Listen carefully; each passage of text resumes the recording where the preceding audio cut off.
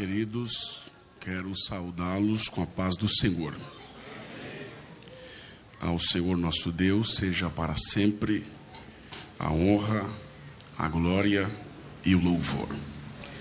Só Ele é digno de receber o nosso culto, o nosso louvor e toda a nossa adoração.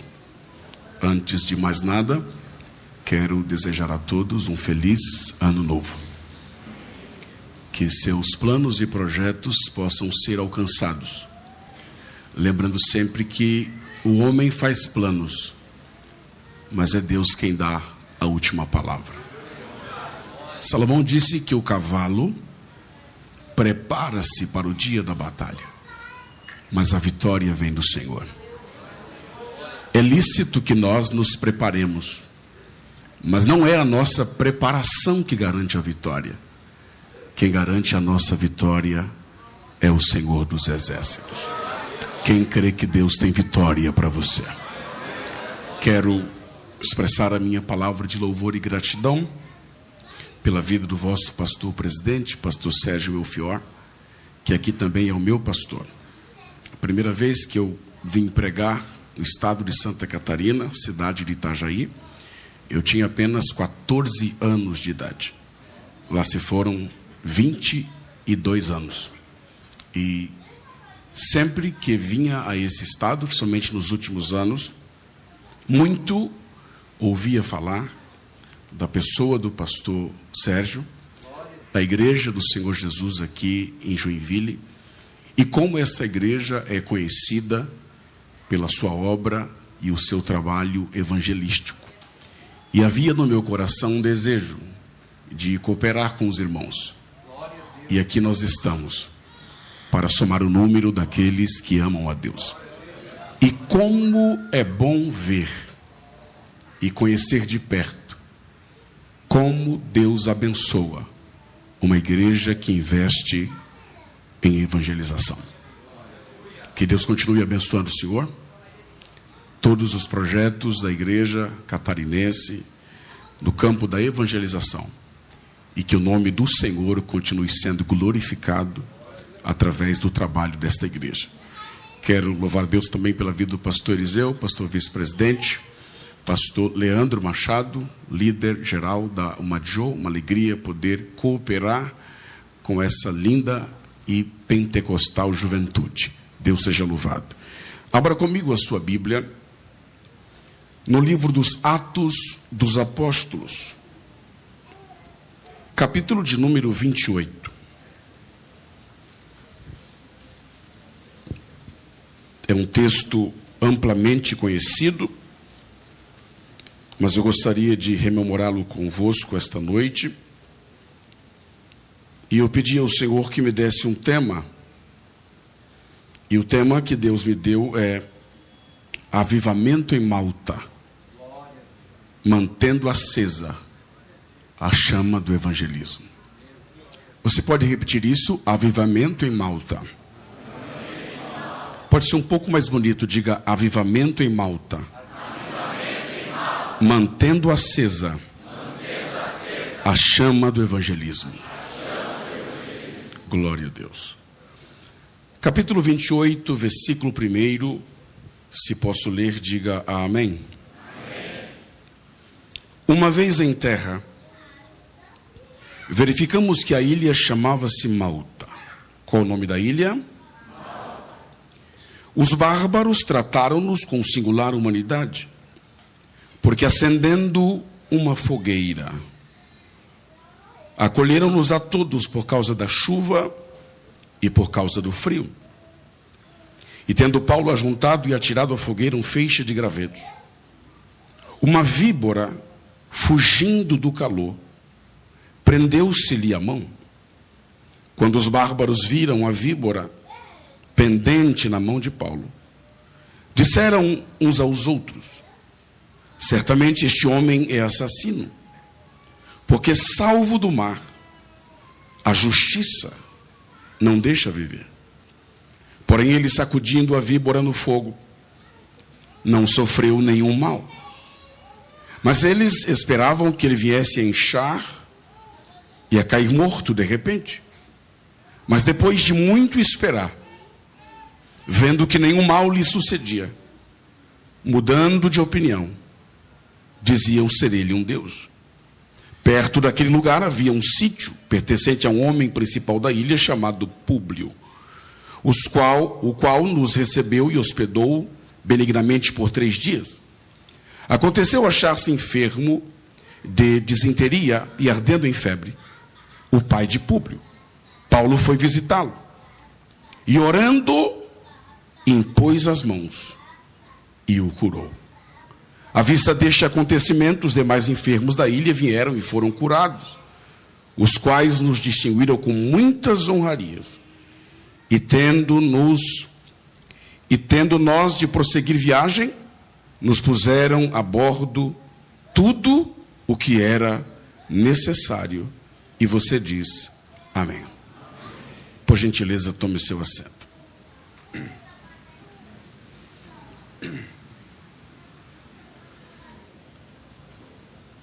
Antes de falar a palavra de Deus, permita-me apenas recomendar aos irmãos o livro que escrevi chamado A Pregação de Jonas, uma análise do sermão mais breve da história. A pregação de Jonas em Nínive foi de apenas 5 palavras. Jonas não queria que ninguém se convertesse, mas a Bíblia diz que todo mundo se converteu. Porque o pregador não administra o resultado da sua pregação. O pregador prega, mas é Deus quem cuida do resultado. Observe esse paradoxo interessante. Jonas pregou, não queria que ninguém se convertesse, e todo mundo se converteu. Às vezes a gente prega 1 hora, quer que todo mundo se converta e ninguém se converte. Jonas pregou 5 palavras. Não queria que ninguém se convertesse e todo mundo se converteu. Por quê? Porque é o pregador quem prega, mas é Deus quem cuida do resultado. Você não precisa se preocupar com o resultado da sua pregação. Você só precisa se preocupar com a sua pregação. É Deus quem cuida do resultado. O semeador não saiu a colher. O semeador saiu a semear. Diga para o seu vizinho: você semeia, mas é Deus quem colhe a semente. Diga: é você quem prega, é você quem evangeliza, é você que fala de Jesus, mas é Deus quem cuida do resultado. Este livro é um livro missionário, irá abençoar muito a sua vida, estará à disposição dos irmãos. Eu não assinei ainda, mas farei depois. Quero passar às mãos do pastor presidente este livro como símbolo do nosso carinho, respeito e admiração. Obrigado, ministro. Eu vou sair na foto que eu vou tirar aqui. Só um pouquinho.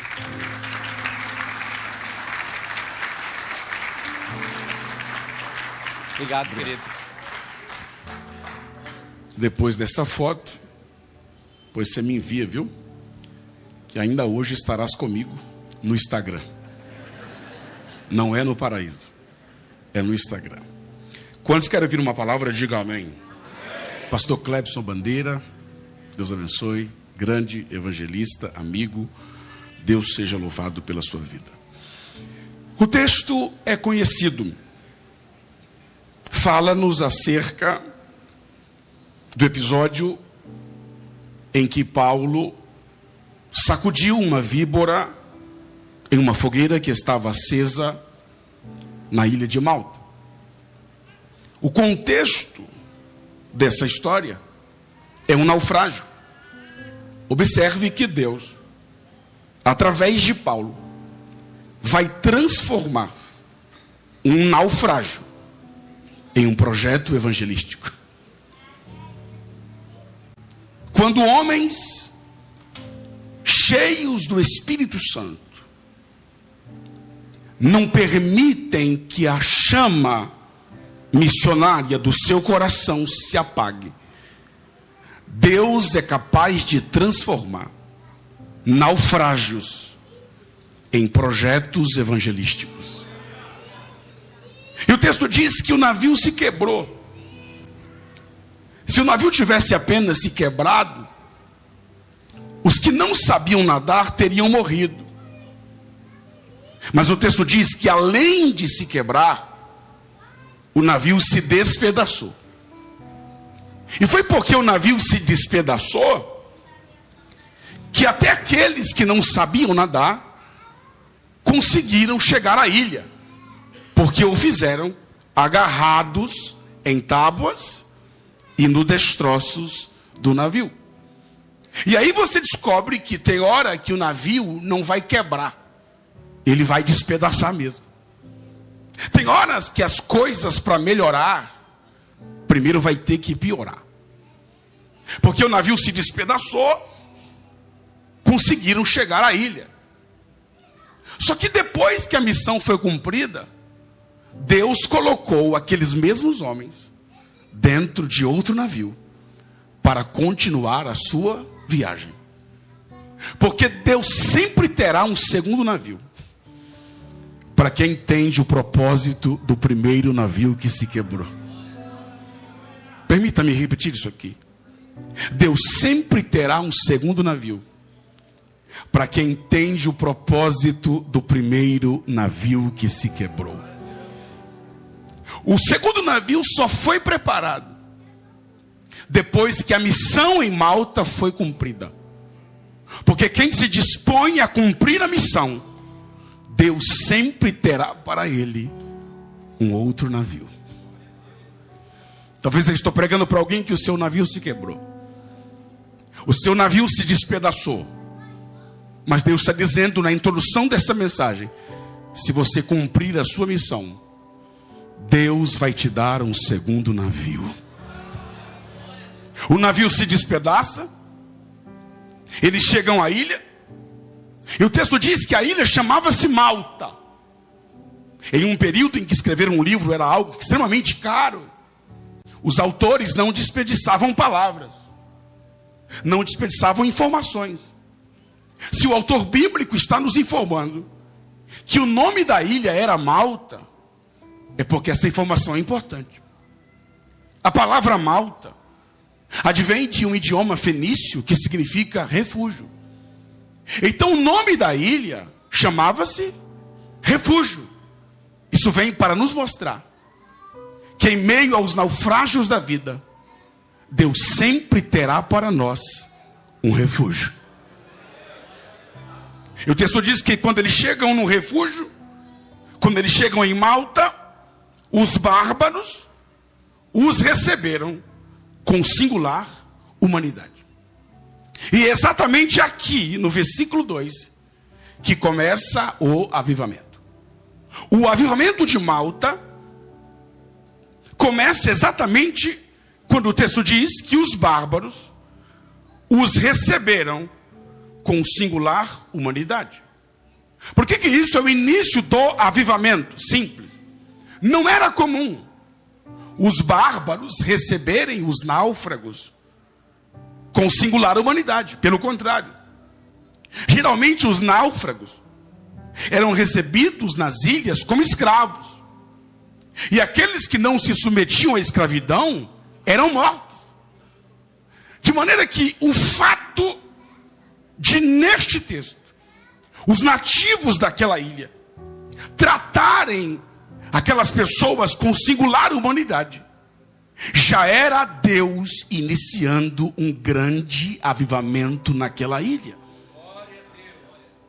Observe que, quando Deus envia alguém para uma ilha, para um país, para uma cidade, quando Deus envia um missionário, um evangelista, a uma terra estranha, ao meio de um povo estrangeiro, a primeira coisa que Deus faz para que a obra de evangelismo dê certo é quebrar as barreiras do preconceito. Deus vai abrir o coração das pessoas. Deus abre o coração dos bárbaros. Eles recebem os náufragos com singular humanidade. E o texto diz que esta recepção se manifestou porque eles acenderam uma fogueira, a fim de acolherem a todos, por causa da chuva e por causa do frio. É a primeira vez que eu vejo alguém acender uma fogueira na chuva. Geralmente quando está chovendo a gente não faz fogo, porque chuva e fogo não combinam. Ou tem chuva ou tem fogo. Se tem chuva, não fazemos fogo. Se nós fazemos fogo, é porque não tem chuva, porque as duas coisas parecem que não se combinam. Mas aqui não. Aqui está chovendo, mas eles estão acendendo a chama. Está chovendo, mas eles estão acendendo a fogueira. Está chovendo, mas eles estão acendendo o fogo. Quem sabe alguém vai dizer assim: espera a chuva passar e depois acende a chama. Alguém está entendendo? Espera a chuva passar e depois faz fogo. Mas avivamento é urgente, não dá para esperar a chuva passar. Eu vou repetir isso aqui para ver se você aumenta glória. Avivamento é urgente. Não dá para esperar o sol nascer. Mesmo chovendo, é tempo de acender a chama missionária, evangelística e pentecostal. Alguém está dizendo: é ano de eleição, não vamos fazer fogo. É ano de Copa do Mundo, não vamos fazer fogo. É ano de crise, não vamos fazer fogo. Está chovendo, não vamos fazer fogo. Mas pelo contrário, o texto diz que foi exatamente por causa da chuva que eles fizeram fogo. Levante a mão que eu vou profetizar. Aquilo que poderia ser um motivo para a gente não acender a chama, será um motivo para nós acendermos a chama do evangelismo nesta nação. Não espere a chuva passar. Não espere as coisas melhorarem. Não espera a crise passar, o sol raiar, porque avivamento é urgente. É necessário acender a chama evangelística, ainda que as circunstâncias não sejam favoráveis. Eles fizeram fogo. Eles acenderam a chama do fogo pentecostal, do evangelismo naquela ilha. E o texto diz que todos foram atraídos para o redor daquela fogueira, porque estava muito frio. E enquanto isso, o texto diz no versículo 3, que tendo Paulo ajuntado, diga forte, ajuntado. O que Paulo ajuntou? Um feixe de gravetos. Olha que coisa linda.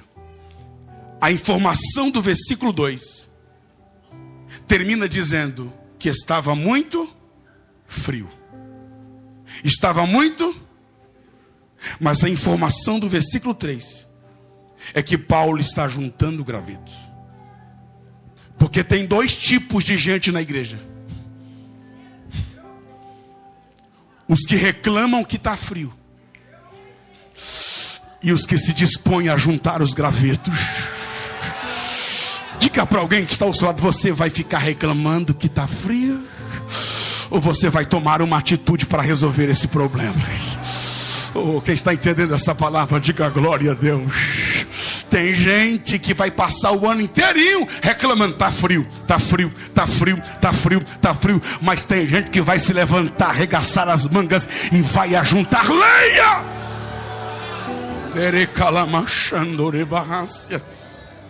Só que Paulo é o apóstolo. Paulo é o líder.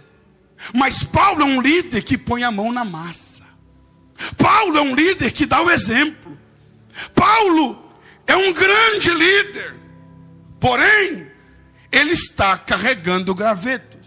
Ei, ninguém é tão grande que não possa realizar pequenas tarefas. E não há pequenas tarefas para quem tem um propósito grande. A tarefa é pequena, mas o propósito é grande. Oh, quem está entendendo essa palavra, diga glória a Deus. Ele vai ajuntar os gravetos. e ele vai jogar na fogueira. Interessante. No versículo 2, não foi Paulo que acendeu a fogueira. Quem acendeu a fogueira foram os bárbaros.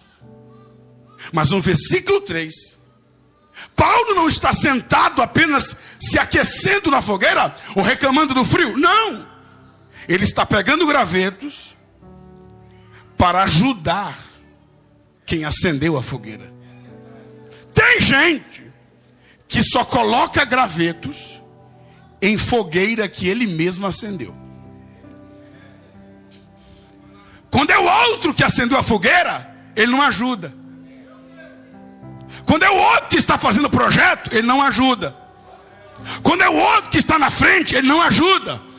Mas Paulo está dizendo: não fui eu que acendi a fogueira, mas eu vou ajudar quem acendeu a fogueira. Não sou eu que estou na frente do projeto, mas eu vou ajudar quem está na frente do projeto. Não é na minha congregação, não é no meu setor, não é no meu campo, mas eu vou ajudar a igreja, vou ajudar quem está entendendo essa palavra. Diga glória a Deus. Não é você que está na frente, mas você pode ajudar quem está. Não é você quem foi, mas você pode ajudar quem foi. Não é você que está cantando, mas eu vou ajudar quem está cantando. Não sou eu que estou dirigindo o culto, mas vou ajudar quem está dirigindo o culto. Não sou eu que estou pregando, mas vou ajudar quem está pregando. Não sou eu que acendi a fogueira, mas se depender de mim, eu vou ajudar a manter essa fogueira acesa. Aleluia. Paulo pega graveto e vai jogar na fogueira que alguém acendeu. Agora interessante, Paulo não está acendendo a fogueira, até porque a fogueira já está. A fogueira já está. O que Paulo está fazendo? Ele está mantendo a fogueira acesa, porque a chama do avivamento não se mantém acesa sozinha. É necessário que nós coloquemos gravetos, de maneira que quando Paulo chegou na ilha, a fogueira já estava acesa. Eu vou repetir isso aqui. A fogueira é acesa no versículo 2. Paulo só surge na história do capítulo 28 no versículo 3. Então a fogueira é mais antiga que Paulo. Tem gente que chegou ontem e já está se achando o inventor da fogueira, o fundador da fogueira, o dono da fogueira. Quando Paulo chega na história, alguém já tinha acendido a fogueira, alguém já tinha feito o trabalho. E quando Paulo chegou, a fogueira já estava pronta. Ele só teve o trabalho de manter.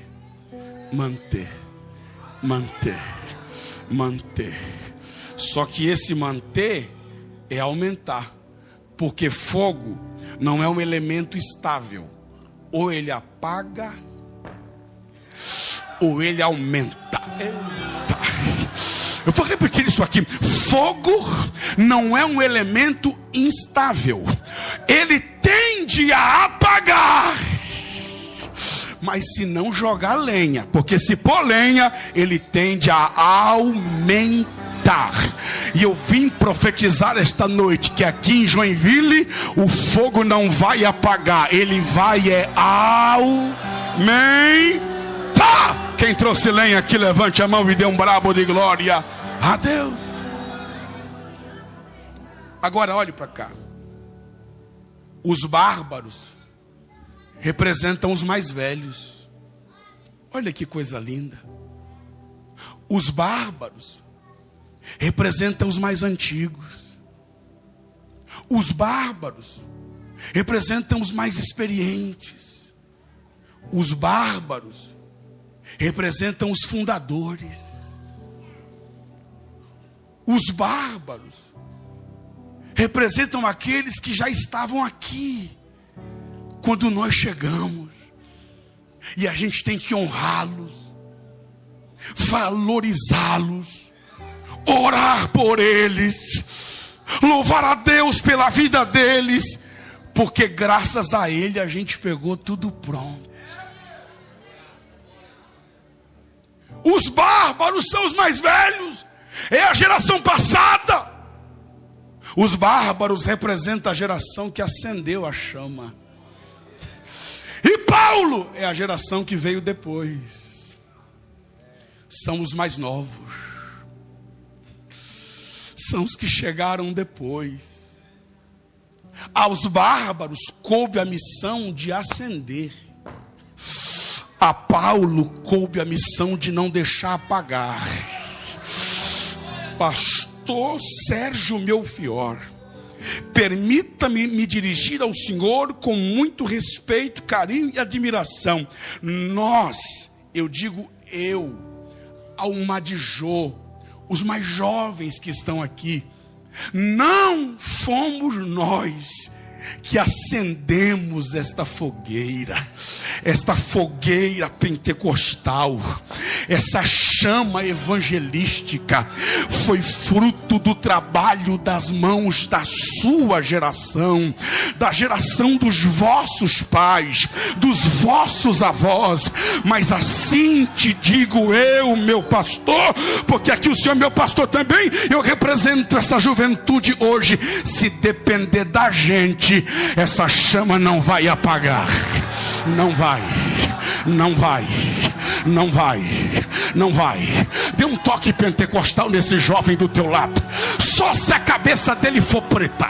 Se ele for aqueles da cabeça branca, deixa ele quieto, porque foi ele que acendeu a fogueira. Mas se ele tiver cabeça preta ainda, dê um toque nele, dê um toque nela, e diga: não fomos nós que acendemos essa fogueira, mas somos nós que não vamos deixar essa fogueira se apagar.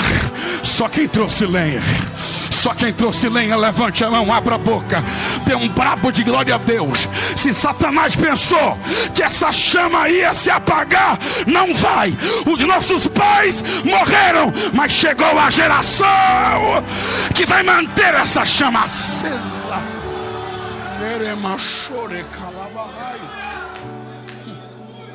Nós somos a geração que não vamos deixar o fogo se apagar. Nós somos a geração que vai dar continuidade. Quando os velhos faltarem, os novos colocarão as mãos nas lenhas. Porque Deus nunca fica sem peça de reposição. Eu vou dizer de novo: Deus nunca fica sem peça de reposição. Deus está levantando catadores de gravetos, grandes líderes começam desenvolvendo pequenas tarefas. Eu estou pregando para alguém aqui que daqui a alguns anos, algumas décadas, serão os maiores líderes desse estado, mas hoje estão catando gravetos. Porque o que te dá autoridade não é o seu título, o que te dá autoridade é o teu serviço. Tem gente que tem título, mas não quer catar graveto. Tem credencial, mas não quer catar graveto. Tem microfone na mão, mas não quer catar graveto. Tem gente que não tem título, não tem carteirinha, mas vai catar graveto. Porque é assim que você credencia-se para o ministério. Só dá glória quem tem. Só tem quem recebe. Só recebe quem crê. Quem quiser ficar reclamando que está frio, fica reclamando que está frio. Quem quiser ficar reclamando que está gelado, fica reclamando que está gelado. Eu vou catar lenha e eu vou aquecer a minha geração. Paulo vai pegar os gravetos e vai manter a chama do evangelismo acesa. Agora olhe para cá. Está chovendo. Mas o fogo não apaga. Porque chuva não apaga a chama do evangelismo. Ei, sabe por quê? Que só Paulo está pegando lenha? Sabe por que só Paulo está pegando graveto? Está alimentando o fogo. Pastor Sérgio, mesmo que esteja chovendo, é simples. Paulo está exteriorizando aquilo que estava dentro do seu coração. Como assim? Do lado de fora tem uma fogueira, mas do lado de dentro também tem uma fogueira. Do lado de fora tem uma chuva tentando apagar a fogueira, e do lado de dentro também houve um naufrágio que tentou também apagar a fogueira. Mas Paulo está dizendo: as águas do naufrágio não apagou o fogo que eu tenho aqui dentro.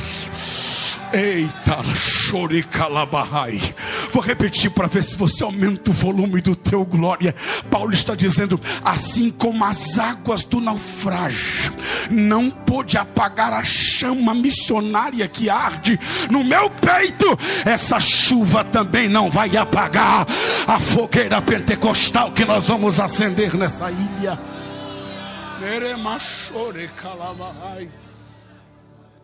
Paulo pega o graveto e joga no fogo. E o texto diz que então uma víbora se levantou. Olhe para cá. A víbora só se levantou porque Paulo estava fazendo o que era certo. Não entendi, pastor. Manter a chama acesa gera oposição. Não quer víbora? Não faça nada. Não quer crítica? Não faça nada. Não quer que as víboras da crítica não te incomode?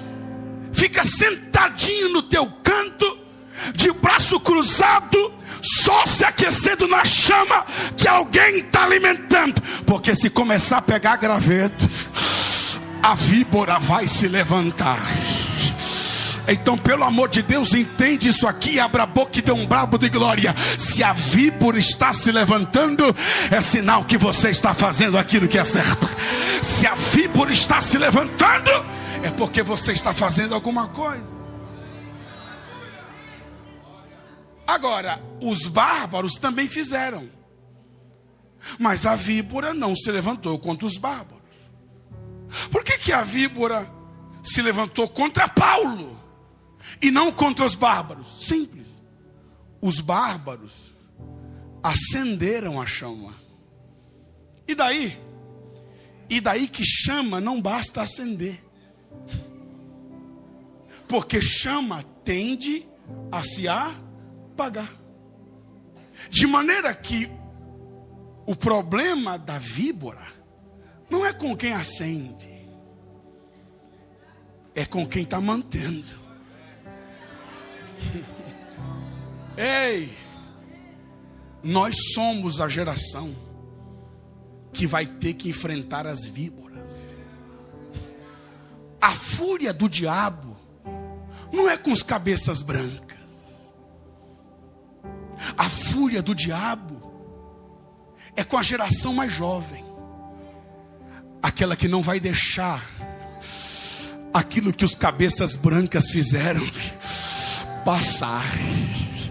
Ei, há uma grande víbora se levantando contra a igreja brasileira. Vou repetir isso aqui porque agora virou profética a mensagem. Há uma grande víbora que está se levantando contra a igreja brasileira. Por quê? Porque na Europa o avivamento passou. Nos Estados Unidos o avivamento passou. Mas aqui no Brasil já faz 100 anos que o avivamento não passou. E se depender da gente também não vai passar. Só dá glória quem tem. Só dá glória quem tem. Não deixa o fogo apagar, não deixa a chama apagar, não deixa. A víbora não se levantou contra quem acendeu. A víbora se levantou contra quem está mantendo. E o texto diz que essa víbora picou a mão de Paulo. Interessante. Por que a mão e não os pés? Por que a mão e não a perna? Por que a mão e não o pescoço? Por que a víbora pica, morde, fere, machuca? Logo a mão, simples. Com que Paulo ajuntou os gravetos? Alguém entendeu? Tem alguém aí? Com que Paulo ajuntou os gravetos? Vamos lá, responde. Com que Paulo ajuntou os gravetos? Com que ele levantou os gravetos? Com que ele está levando os gravetos? Com que ele está jogando o graveto no fogo? Com que ele curou o pai de Públio? Com que ele curou todos os enfermos da ilha? Satanás está dizendo: se eu picar a mão, a obra para. Se eu picar a mão, o trabalho para. Se eu picar a mão, o evangelismo para. Se eu picar a mão, a igreja Assembleia de Deus em Joinville para. Se eu picar a mão, a Almadjó para. Mas eu vim dizer: pode picar a mão, pode picar o pé, pode picar até o pescoço. A obra não vai parar. O evangelismo não vai parar. A chama não vai se apagar. Quem recebe essa palavra, levante a mão direita, abre a boca e dê um brabo de glória a Deus.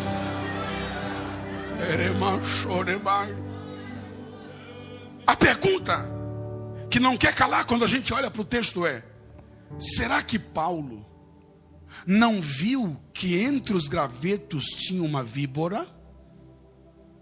É claro que não. Se Paulo tivesse visto, não tinha pegado. Mas Paulo pegou porque não viu. E por que Paulo não viu? Porque a cobra estava escondida. E por que a cobra estava escondida? Porque entre os gravetos estava frio. E cobra gosta de frieza.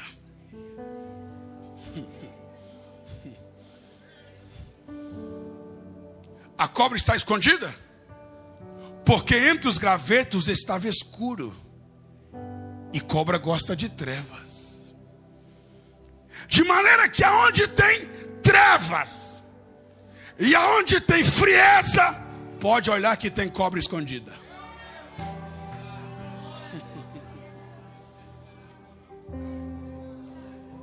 Mas por que agora a cobra que estava escondida apareceu? Porque Paulo pegou os gravetos e jogou no fogo. E aonde tem fogo não tem treva. E aonde tem fogo não tem frieza. Não entendi, pastor. O fogo mostra quem é cobra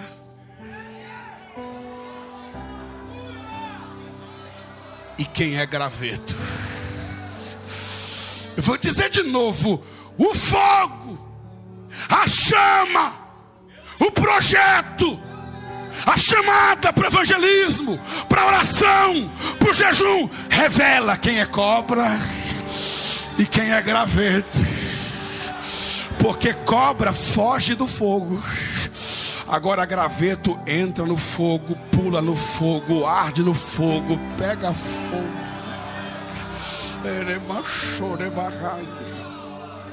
Você chama para oração, a cobra não vai. Você chama para o evangelismo, a cobra não vai. Você chama para a missão, a cobra não vai. Você chama para os 12 dias de clamor, a cobra não vai.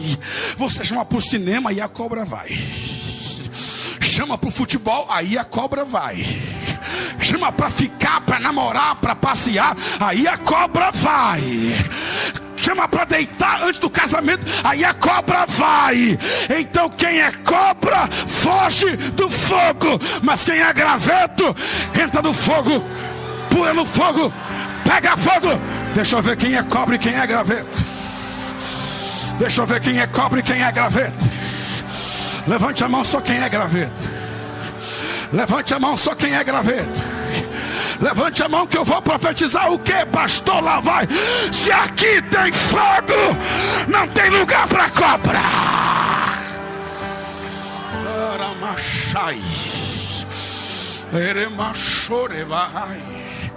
Críticos, invejosos, competidores. Isso é mentalidade de cobra. Tomara que não dê certo. Tomara que se arrebente. Isso é mentalidade de cobra. E se tem cobra, é porque está faltando fogo. Mas se aqui tem fogo, não tem lugar para cobra. Eremachore calabarrácia. A víbora, fugindo do fogo, prendeu-se a mão. Aí os bárbaros, quando viram a víbora pendente na mão de Paulo, disseram: certamente este homem é assassino, porque salvo do mar, a justiça não deixa viver. Havia uma lenda de que quando um criminoso estava sendo levado para ser julgado em Roma, se ele sofresse naufrágio, chegasse na ilha e fosse picado por uma cobra, é porque ele era culpado daquele crime. Paulo era prisioneiro, está indo ser julgado em Roma, sofreu um naufrágio, chegou na ilha e foi picado por uma cobra. Aí os bárbaros olharam e disseram: é assassino, vai inchar, vai cair, vai morrer. Mas o texto diz: depois de muito esperar,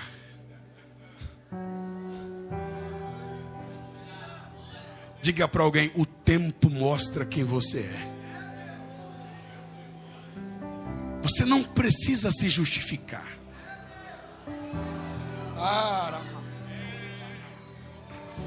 Você não precisa se defender na internet. Você só não pode inchar. Você só não pode cair. Você só não pode morrer. Resista, porque o tempo vai mostrar quem é você. Neremachore calabarai. Alguém está olhando para minha geração, está dizendo: geração Nutella, geraçãozinha fraca, geraçãozinha que não aguenta nada, vai inchar, vai cair, vai morrer. Eu dou glória a Deus pela geração dos nossos pais e dos nossos avós, porém a geração passada só tem um único defeito. Eu até dou um pouco de razão para eles. Eles olham para a gente e dizem: meu tempo é que era bom, meu tempo é que o negócio era bom. Hoje eu sei, porque quem viveu a década de 80, de 90, sabe o que foi o evangelho nesse país, sabe como terminavam os congressos desse país, sabe como eram as pregações desse país, como eram os jovens desse país. Aí eles olham para hoje e ficam se lembrando e dizendo: meu Deus, essa geraçãozinha aí, meu Deus, é muito fraca. O erro da geração passada, o único, é achar que a nossa geração não aguenta picada de cobra. Vai inchar, vai cair, vai morrer. Mas a Bíblia diz: não diga foram os dias passados melhores do que o de hoje? Porque não é assim. Os maiores congressos ainda irão acontecer, os maiores pregadores ainda serão levantados, as melhores mensagens ainda serão pregadas. Levante a mão que eu vou profetizar. Eu sei que a década de 80 e de 90 foi tremenda, maravilhosa, extraordinária, mas assim diz o Senhor na minha boca: no dia 2 de janeiro de 2026, no dia da Umajô, o que, pastor? A glória desta última casa será maior, maior, maior, maior do que a da primeira. Segure a mão desse jovem que está do seu lado. Aproveita que ele é jovem e dá uma balançada nele, dá uma chacoalhada para ver se ele está no culto, para ver se ele está acordado, para ver se tem fogo aí na vida dele. Oremar achando orecai. E diga assim para ele, diga assim para ela. Olhe dentro dos olhos dele, vê se está brilhando, vê se tem fogo aí, vê se a chama do evangelismo ainda está acesa na vida dele. E diga assim: estão pensando, diga, estão pensando que a nossa geração é fraca, que a nossa geração vai inchar, vai cair e vai morrer. Agora aperte a mão dele e diga assim: mas a nossa geração é a geração que tem lenha para manter o fogo aceso. Diga: a nossa geração é a geração que tem força para pegar lenha. A nossa geração é a geração que, se não tiver lenha, a gente corta, a gente busca.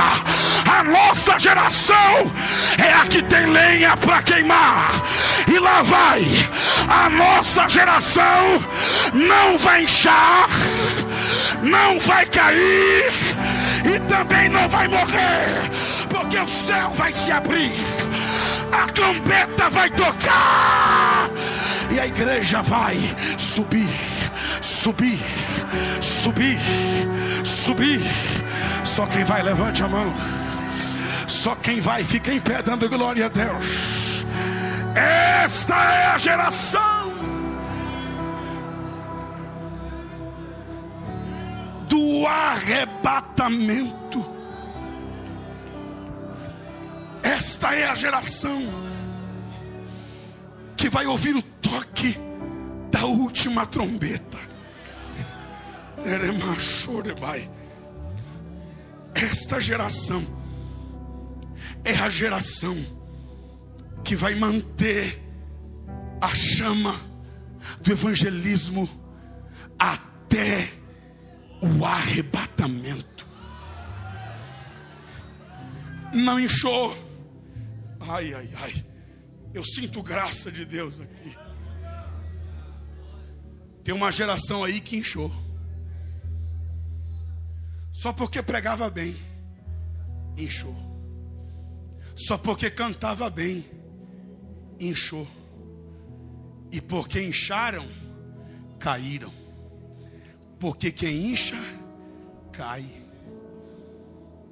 Quer se manter em pé? Não enche. É você quem prega, mas é Deus quem manda a glória. É você que canta, mas é Deus quem abençoa. É você que planta, é você que rega, mas é Deus quem faz a obra crescer. Não importa se a tua mão está molhada de água ou suja de terra,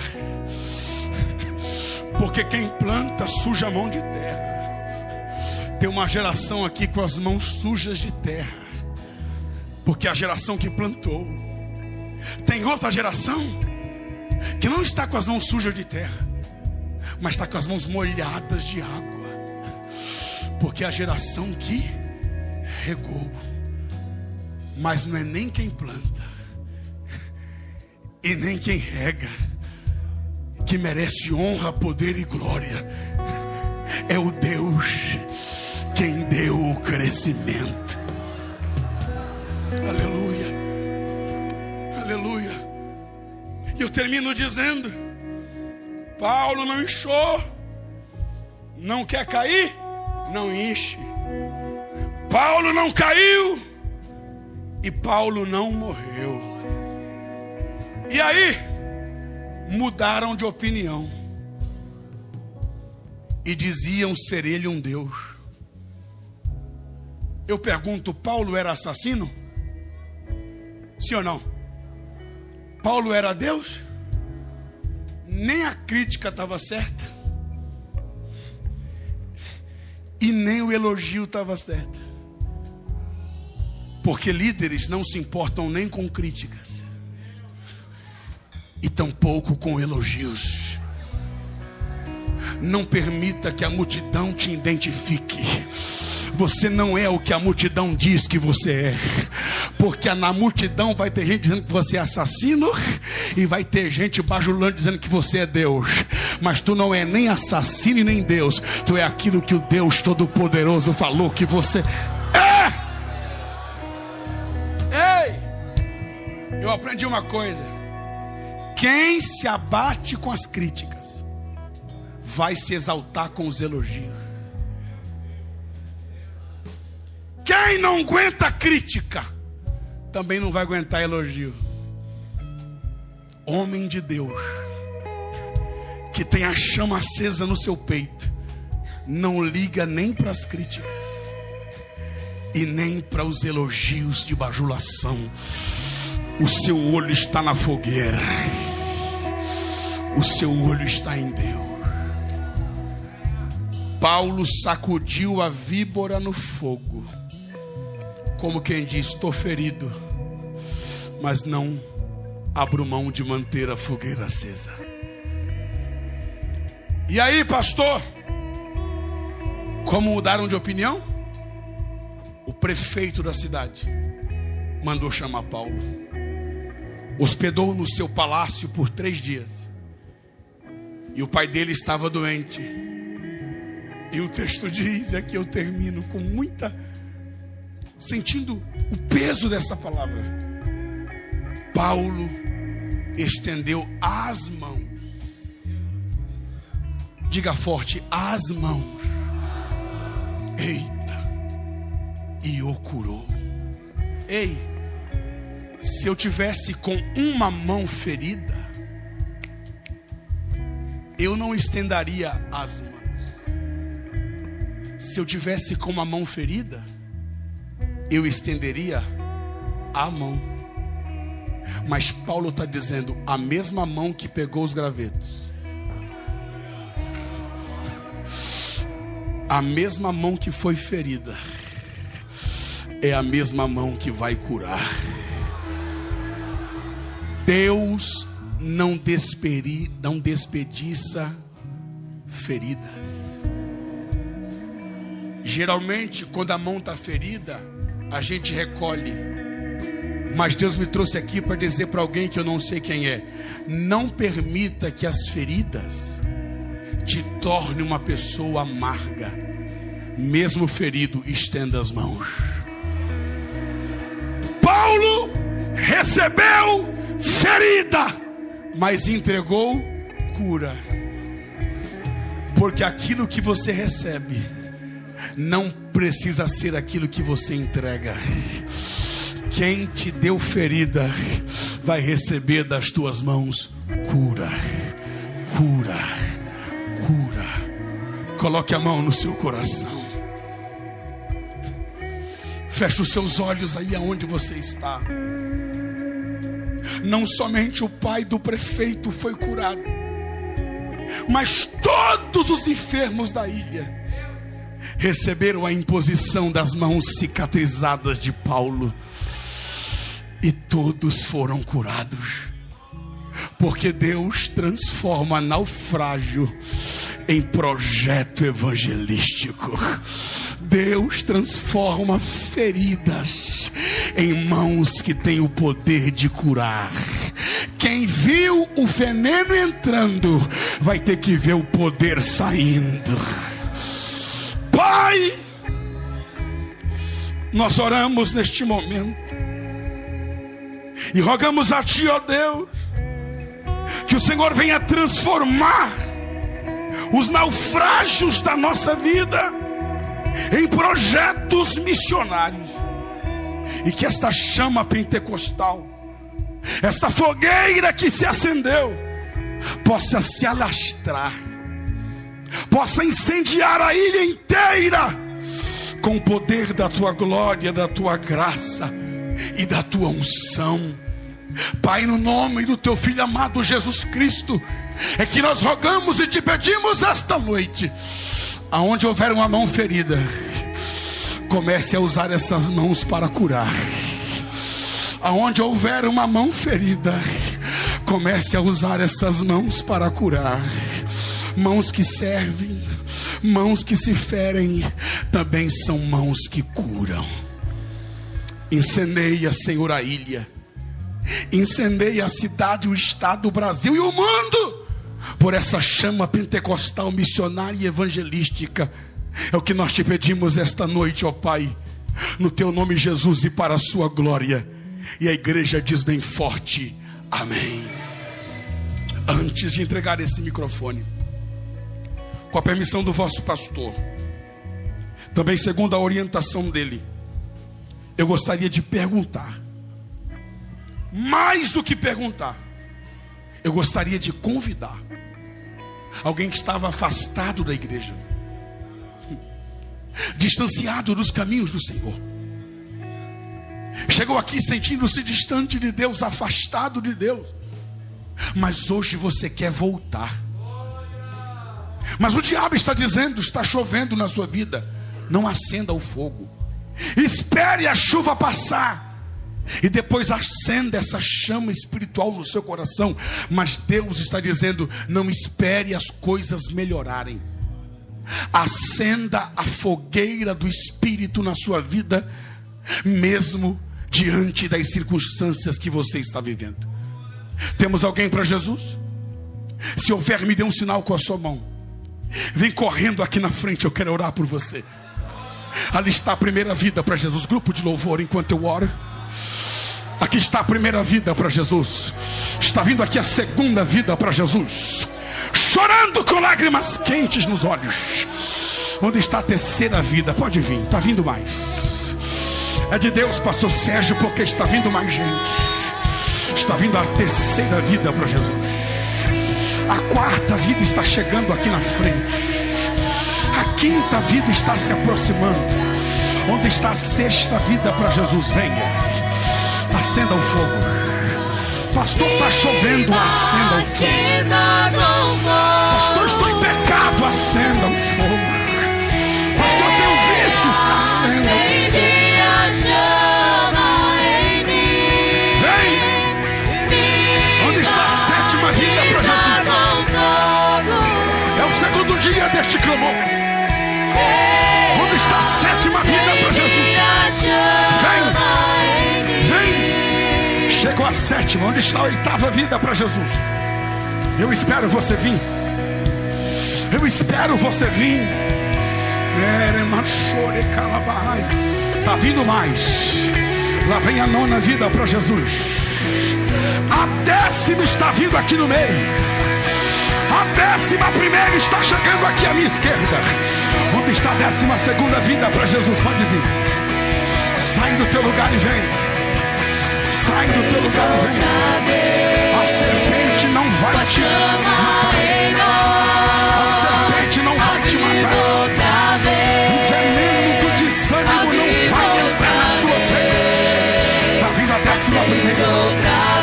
Pode vir, pode vir, pode vir. Vem.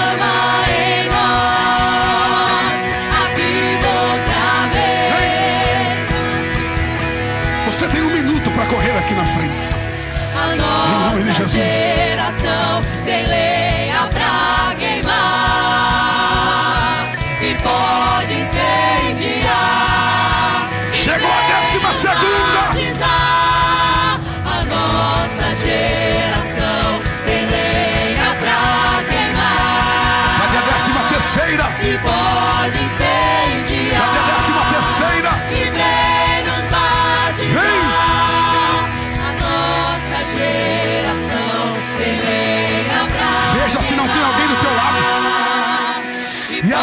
vida a chegar aqui na frente. Ajude essa pessoa a chegar aqui na frente. Está vindo mais. Lá vem a 13ª vida.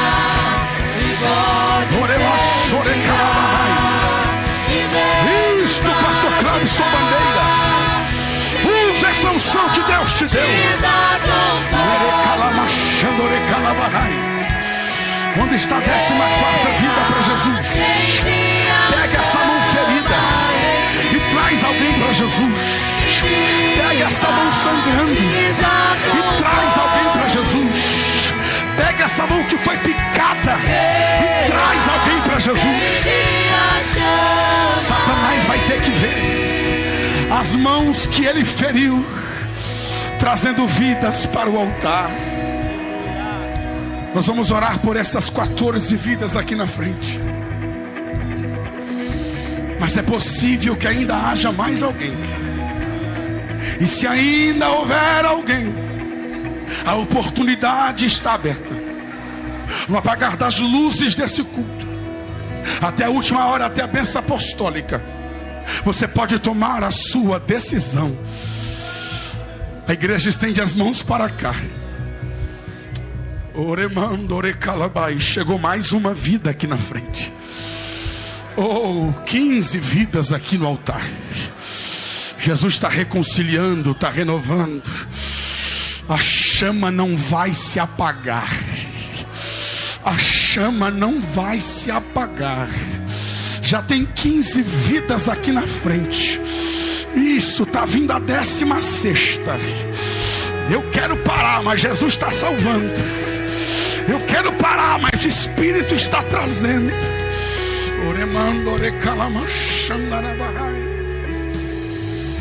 Lá vem a 17ª vida para Jesus. Está vindo a 7ª vida para Jesus. Lá vem a 18ª vida para Jesus. Para 20 só faltam 2. Para 20 só faltam 2. Onde está a primeira vida? E onde está a segunda vida para completarmos 20 almas para Jesus hoje? Vem, vem, vem. Lugar, reacende a chama e vem nos restaurar, como em Atos 2. Está vindo a 20ª, a 19ª. Para a 20ª só falta uma. Onde está a 20ª vida para Jesus? Onde está a 20ª vida para Jesus? Vem, vem. Não deixe a chama apagar. Vem hoje. Não deixe para amanhã. Se a chama acendeu hoje, então venha hoje. Eu vou orar por essas 19 vidas. Mas ainda falta uma para completarmos 20. É possível que ainda haja mais alguém aceitando, voltando, reconciliando. Você que nos acompanha pela internet, você está convidado a participar de um desses cultos. Você que nos acompanha pela internet e você quer entregar a sua vida a Jesus, chegou a 20ª vida aqui na frente. Quem pode dar um brado de glória a Deus?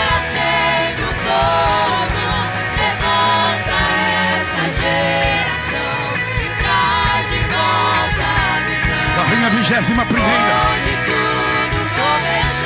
Já passou de 20. Chegou a 21ª vida para Jesus. Meu Deus, o fogo não apaga. O fogo não apaga. Essa chama não vai se apagar. Meu Deus. Reacende a chama e vem nos restaurar. E como em Atos 2, desce aqui nesse lugar. A igreja estende as mãos para cá. Faz como Paulo. Estende as mãos. Essas mãos que muitas vezes foi ferida, machucada, ensanguentada, Deus vai usar para curar. Deus vai usar para salvar. Deus está transformando cicatrizes em autoridade. Mãos que não têm cicatrizes não têm autoridade. Mãos que nunca foram feridas não são usadas para curar. As mãos que Deus usa para curar são as mãos que mais foram feridas. Então estende as suas mãos para cá. Pai, no nome de Jesus nós oramos agora e entregamos essas vidas, essas 21 vidas. Alguns estão aceitando, voltando, reconciliando. Recebe-os, perdoa-os, aviva-os, reconcilia-os, enche-os. Perdoa, Senhor, os pecados.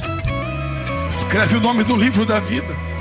Firma, Deus, os passos na rocha. Coloca um cântico novo na boca deles, um cântico de vitória, de salvação. Prepara-os para ouvir o toque da última trombeta. E se a trombeta tocar ainda esta noite, não os deixes para trás, mas leve-os salvos para a glória celestial, juntamente com toda a sua igreja ao redor do mundo. É o que nós te pedimos e te damos glória, ó Pai, em teu nome, Jesus, e para a sua glória. E a igreja diz bem forte: amém.